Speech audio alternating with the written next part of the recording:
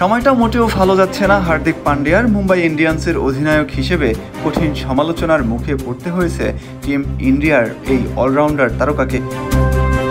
এরই মাঝে হার্দিকের জীবনসঙ্গিনী নাতাশা স্ট্যানকোভিচের একটি ইনস্টাগ্রাম স্টোরি ভারতীয় গণমাধ্যমে কালবৈশাখের ঝড়ের মতো সবকিছু উল্টে দিচ্ছে। নাতাশা ইনস্টাগ্রামে একটি স্টোরিতে লিখেন, কেউ একজন পথে বসতে যাচ্ছে। ইঙ্গিতপূর্ণ ওই স্টোরি কি দুজনের ডিভোর্সকেই ইঙ্গিত করছে?